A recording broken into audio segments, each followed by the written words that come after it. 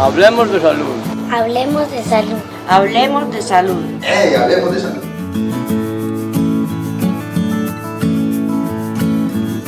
Un saludo para todos los dominicanos que nos están viendo en el día de hoy.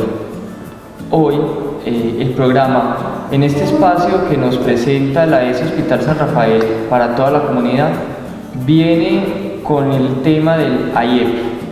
¿Qué es IEPI? Y todo acerca de la lactancia materna. El programa pasado vimos todo así a grosso modo, qué era la lactancia materna y cuáles eran sus funciones con el niño. Hoy vamos a irnos más a fondo con el programa y el día de hoy nos está acompañando la doctora Diana Carolina. Doctora, ¿cómo está? Bien, gracias, muchas gracias por esta invitación tan especial. Bueno, doctora, cuéntenos así de forma breve qué es IEPI y cuál es todo acerca de la estrategia.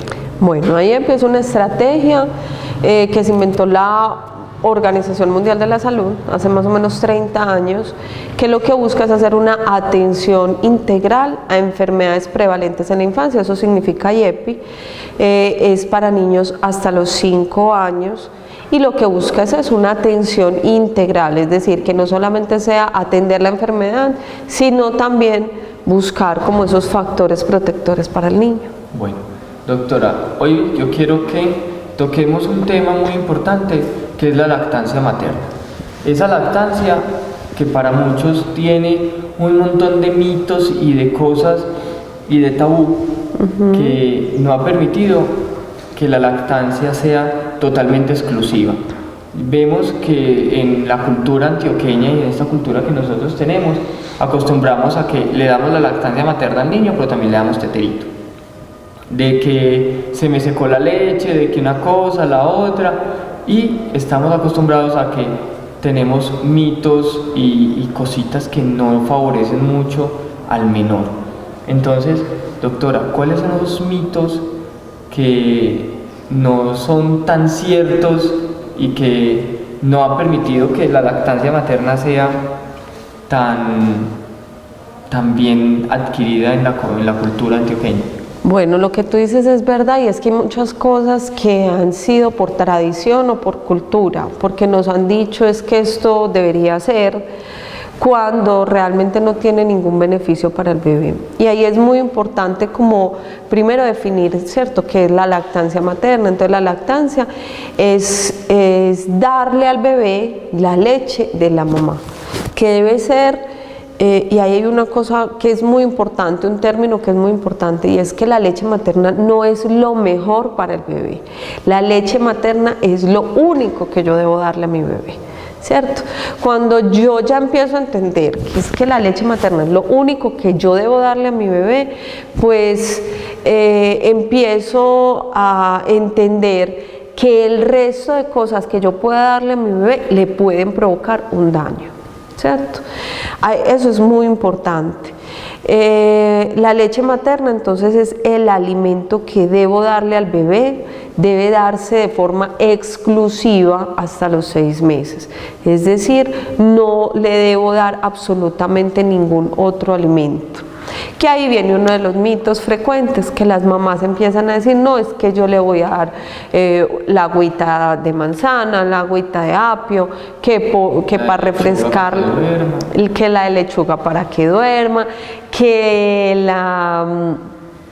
empiezo a darle un montón de otras sustancias que lo que hacen es reemplazarme la leche materna, que es el alimento que está perfectamente diseñado para el niño. ¿Por qué? Porque le da las proteínas exactas, las vitaminas exactas, los nutrientes exactos que necesita ese bebé.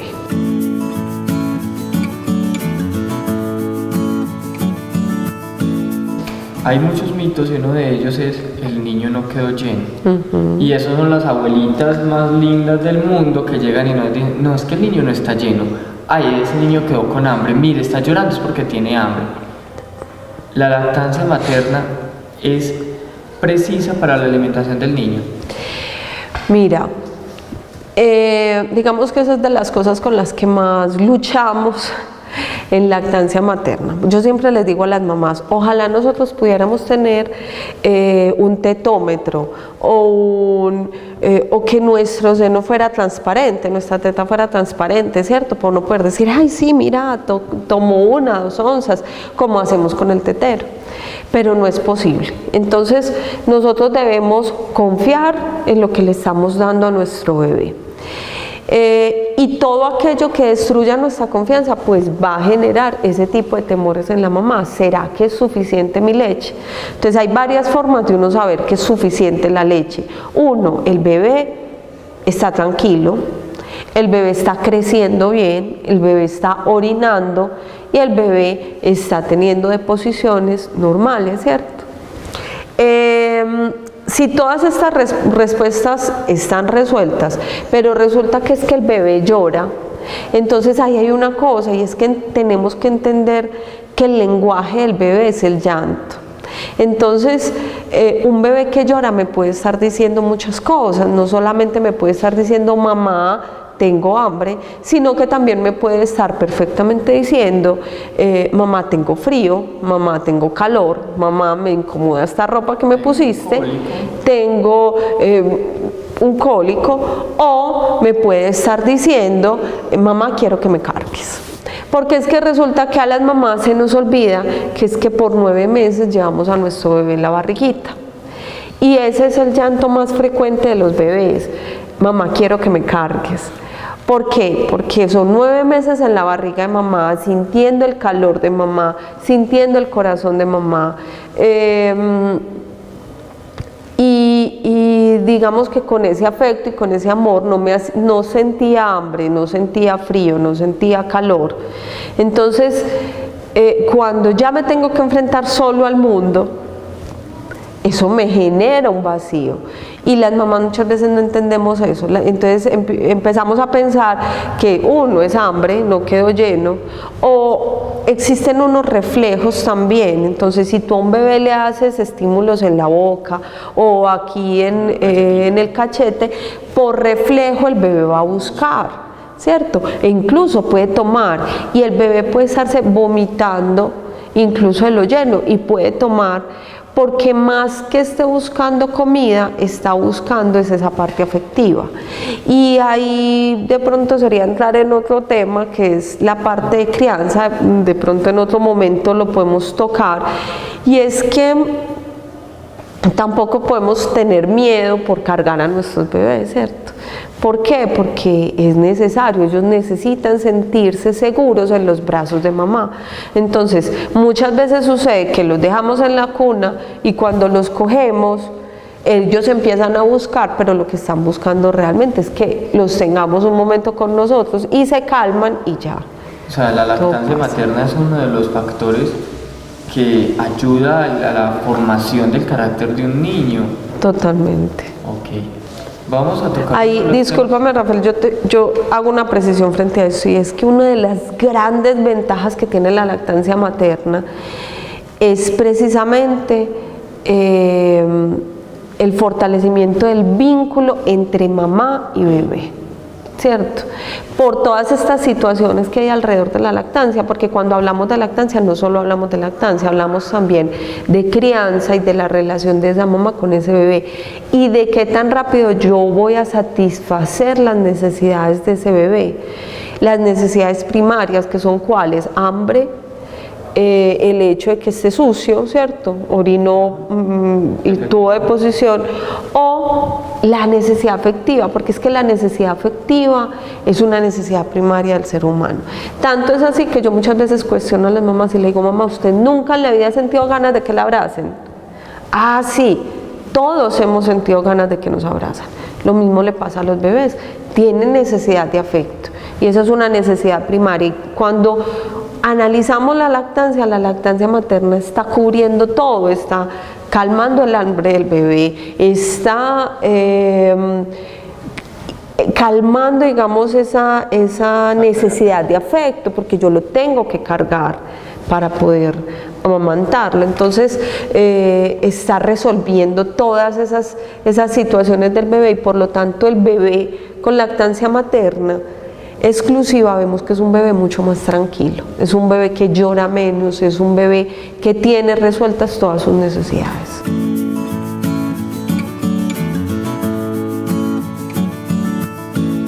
Tenemos un montón de mitos acerca de la lactancia materna y una de ellas es los medicamentos que están contraindicados al momento de la lactancia, que tanto afectan la leche, que dice la secó, y otras es que afectan al niño.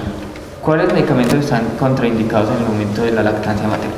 Mira, esa pregunta es muy importante porque lo primero que tengo que decir es que los medicamentos contraindicados son muy pocos. Muy pocos.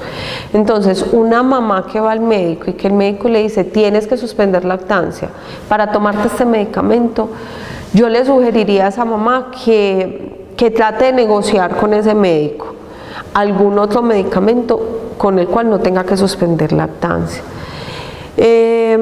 Digamos que aquí en la AES estamos capacitando mucho a los médicos para que su enfoque no sea quitar lactancia, porque los riesgos para un niño quitarle la lactancia superan de muchas maneras el hecho de cambiar de medicamento. Hay algunos casos en que sí está contraindicado completamente la lactancia y ahí sí no podemos hacer nada. Uno es en los casos, por ejemplo, donde mamá requiere quimioterapias muy fuertes de medicamentos que pueden hacerle daño al bebé, medicamentos, por ejemplo, que son sedantes o que dopan a la mamá, y ahí es muy importante, hay sustancias que no son medicamentos pero que están absolutamente contraindicados, que son el alcohol y el cigarrillo. O sea, una mamá que fuma o que toma alcohol no debería amamantar por dos razones. Primero, porque le pasa al bebé por la leche materna, y la segunda razón es que una mamá que fuma o que consume algún tipo de psicoactivo y el alcohol, pues podrá tener momentos en que no es completamente consciente y por lo tanto no podría estar al cuidado de su bebé. Hay otro tipo de medicamentos, entonces sedantes, algunos medicamentos para quimioterapia y medicamentos psiquiátricos. Sería pues como los medicamentos que realmente están contraindicados, y uno ahí, digamos, tiene que medir riesgo-beneficio. Esa mamá podría esperar esa quimioterapia o no, esa mamá podría suspender ese medicamento psiquiátrico o no. Si definitivamente es necesario que los tome porque no va a tener, digamos, cordura, pues es mejor que se los tome a que la mamá, ¿cierto?, amamantar. En esos casos, doctora, ¿qué tan beneficiosas son las leches maternizadas? A ver, digamos que son el único caso en los que están indicados, en esos bebés donde definitivamente no podemos tener lactancia materna, pero no teniendo en cuenta, y eso es muy importante, que esas leches tienen unos riesgos. Entonces a mí siempre me gusta ir al origen de las cosas, entender que las leches primero no deberían decirse de tarro, sino que son unas fórmulas lácteas que vienen de un proceso, y ese proceso ¿dónde inicia? Pues en la leche de vaca, ¿cierto? Entonces viene una vaca con una leche. ¿Esa leche fue hecha para quién? Para el ternero, no para el bebé humano, sino para el bebé vacuno, que es el ternero. Por lo tanto, debe sufrir unas modificaciones para poderse adaptar al bebé humano. Y muchas de esas modificaciones implican, por ejemplo, volver la leche en polvo, porque es mucho más, digamos, práctico para la industria volverla a polvo, pero realmente ya tiene que sufrir muchas modificaciones. Entonces ahí es importante que entendamos que no es lo mismo.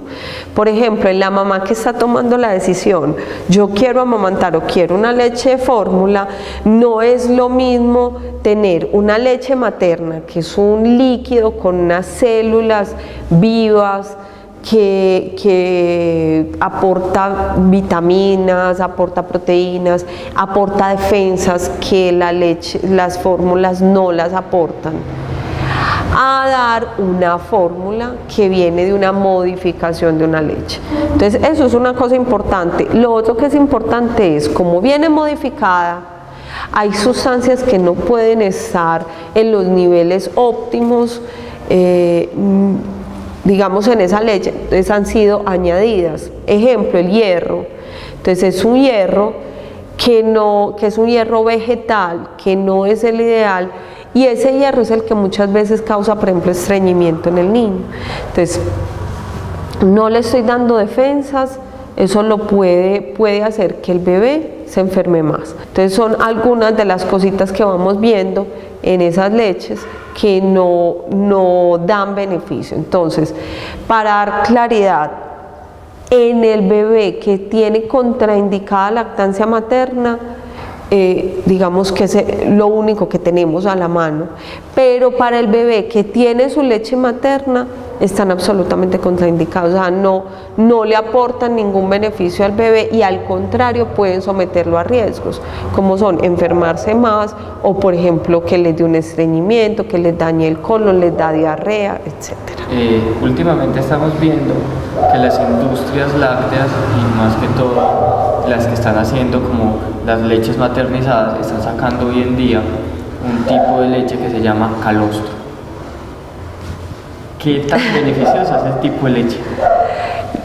Mira, ¿qué particularidad tiene el calostro? El calostro es rico en defensas, ¿cierto? La verdad, yo no conozco la primera defensa real y natural que sobreviva a las condiciones a las que tienen que ser sometidas esas fórmulas. Entonces, digamos que sí, son estrategias de la industria, pero desafortunadamente hay que decirlo, muchas veces es publicidad engañosa. Las mamás gastan cantidad de dinero en una fórmula cuando el alimento que deben darle a su bebé es gratis y lo producen ellas mismas, y que eso es una satisfacción muy grande para una mamá, ver crecer a su bebé, ver que está hermoso, que está aliviado gracias a algo que ella misma hizo.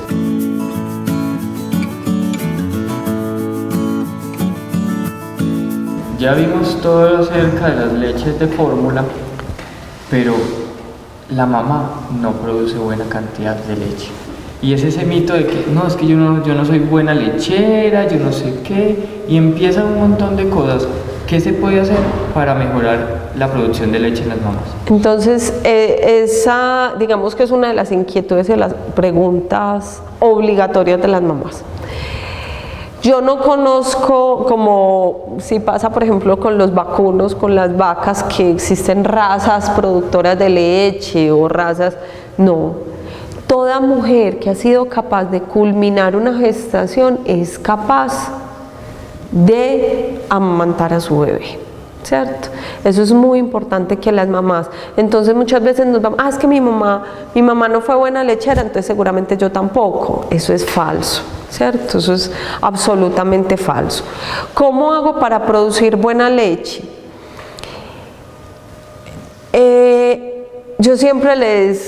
Yo hago un ejercicio con las mamás cuando hago asesoría con ellas, y es que les digo, bueno, ¿tú qué crees que es bueno para producir buena leche? Entonces las mamás me dicen, yo tomo mucho líquido. Yo siempre les respondo, yo también tomo mucho líquido.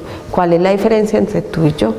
Y la diferencia es una sola, y es que la mamá tiene a su bebé, y su bebé tiene que producir un estímulo en el pezón y en la teta para producir esa leche.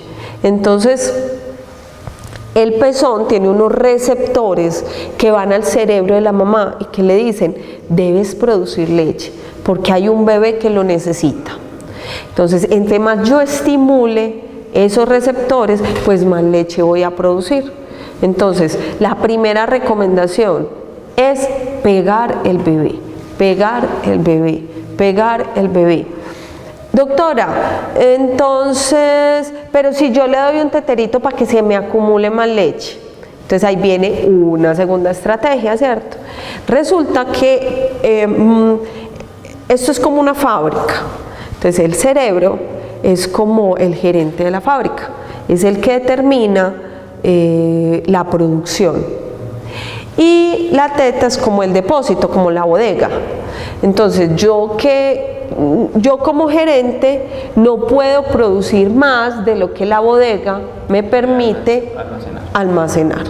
Entonces si yo permito que se me acumule mucha leche, yo gerente digo no puedo producir más. Entonces hago un efecto de parar la producción.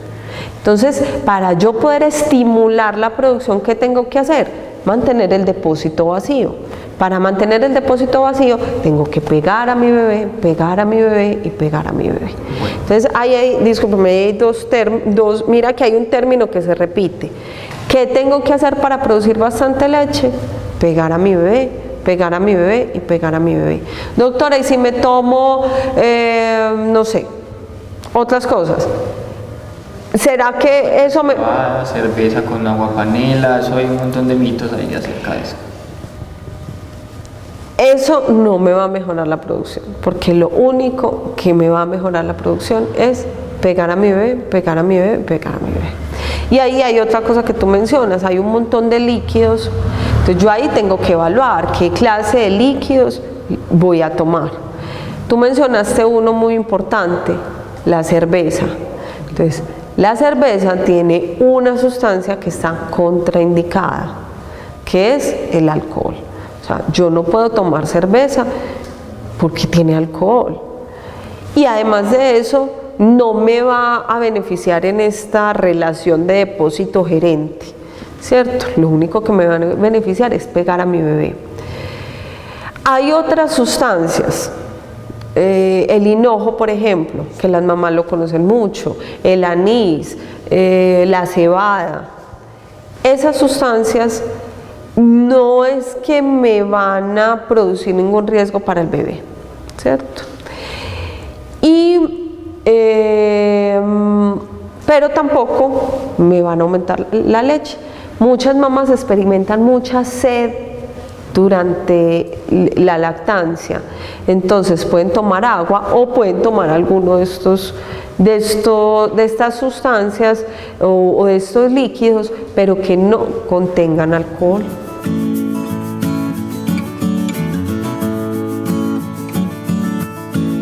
Doctora, hay ciertos casos en los que el pezón se encuentra hundidito, el bebé no le da para tomar, para pegarse de ese pezón. ¿Qué deben de hacer las mamás en esos casos? Bueno, ahí es muy importante entender que la técnica de lactancia no depende del pezón. Yo siempre les digo a las mamás, el pezón es como el pitillo. Yo a veces tomo de un vaso o a veces tomo de un pitillo largo, a veces tomo de un pitillo cortico, pero tomo, ¿cierto? Entonces lo importante para la técnica no es ni el pitillo ni la forma del pitillo, que sería el pezón. ¿Por qué? Porque el bebé se debe pegar es de la areola, ¿cierto? Ese bebé debe abrir grande la boca y debe pegarse de la areola. Cuando existe un pezón invertido reales, que son muy escasos, existen unas técnicas para uno enseñarle a esa mamá, y ahí es muy importante la capacitación que tenga el personal de salud en eso, pues, en la resolución de estos, digamos, de estos temas, y existen posiciones. No es imposible amamantar con un pezón invertido real, ¿cierto? Es posible. ¿Por qué? Porque es simplemente decir que no tengo un pitillo, ¿cierto? Pero puedo amamantar, y ahí es muy importante que esa mamá tenga una asesoría muy efectiva. Bueno, doctora, vemos que durante el tiempo de la lactancia materna vienen enfermedades o situaciones que hacen o que impiden una buena lactancia, y una de ellas es la mastitis. ¿Qué hacer en esos casos? Entonces, primero entender que cuando una mamá tiene mastitis, es porque hubo alguna dificultad en esos primeros 20 días o en ese primer mes que hizo que se produjera la mastitis. ¿Qué puede ser? Una mala técnica, entonces un pezón agrietado. Entonces un pezón agrietado hace que el bebé, que esa bacteria entre a la glándula y por lo tanto tenga como ese foco de infección. Pero también puede ser porque yo, en vez de pegar a mi bebé, ¿cierto?, le di tetero. Entonces ahí pasan dos cosas. La primera, pues que ese bebé no se me va a pegar bien al seno, porque el bebé que toma tetero cambia la succión y puede hacer que hayan heridas, y como mencionaba ahorita, al haber fisuras o heridas en el pezón, entra la bacteria. O la segunda es porque hubo una congestión, y en esa congestión ahí me creció una bacteria. Entonces ahí es muy importante, primero, la prevención.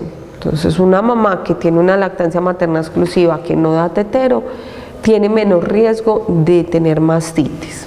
La mastitis no es una contraindicación para la lactancia, o sea, esa mamá al contrario debe amamantar más y debe extraerse esa leche, porque la mastitis es una acumulación de leche y a veces con presencia de bacterias, la mayoría de veces de presencia de bacterias cuando son mastitis reales en un seno, pero al yo drenarlo mejora, ¿cierto? Entonces, ¿cómo lo dreno? Pegando a mi bebé y extrayéndome la leche. Esa leche no le va a hacer daño al bebé, porque muchas veces las mamás piensan que esa leche le puede hacer daño. Hay estudios que dicen que de pronto puede cambiar el sabor de la leche, pero no es significativo, ¿cierto? Entonces hay que sacarse la leche.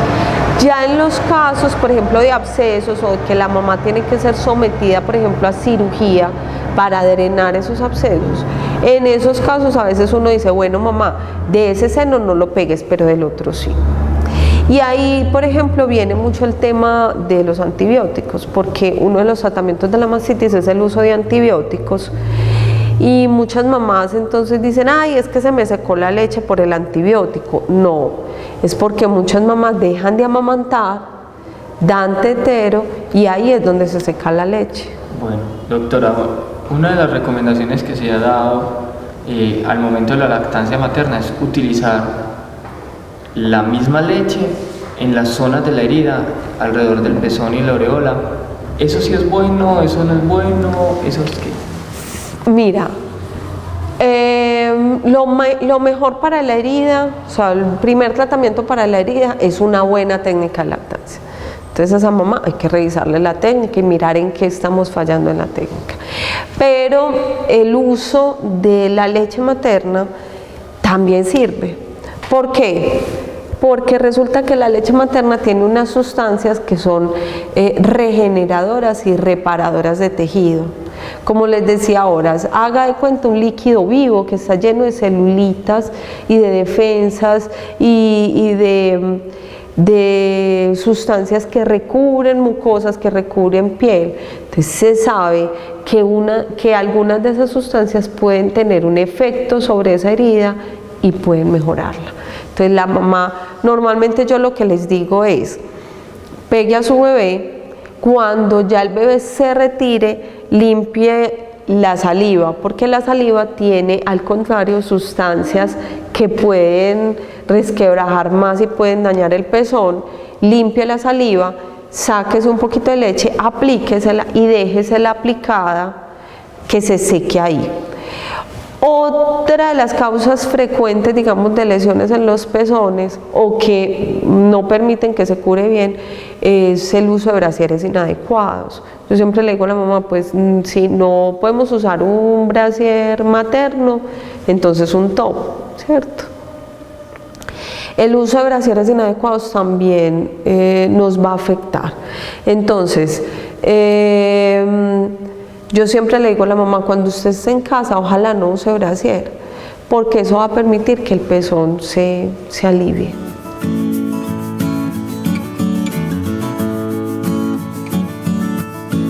Doctora, y ya para terminar, ¿hasta qué edad es recomendable la lactancia materna? Bueno, la lactancia materna, de acuerdo a la recomendación de la Organización Mundial de la Salud, debe darse 6 meses de forma exclusiva. Es decir, solo leche materna, sin agua, sin absolutamente nada más. A los 6 meses inicia alimentación complementaria. Entonces, le empiezo a dar otros alimentos al bebé. ¿Y hasta cuándo? La Organización Mundial de la Salud dijo que con alimentación complementaria hasta los 2 años o más. Es decir, dejó abierta la posibilidad de que sea una negociación entre mamá e hijo y sin límites. ¿Listo? Entonces yo particularmente defiendo la lactancia materna y sé que pues esa es la tendencia ahora mundial. La lactancia materna, entre más prolongada sea, más beneficios tienen para su bebé.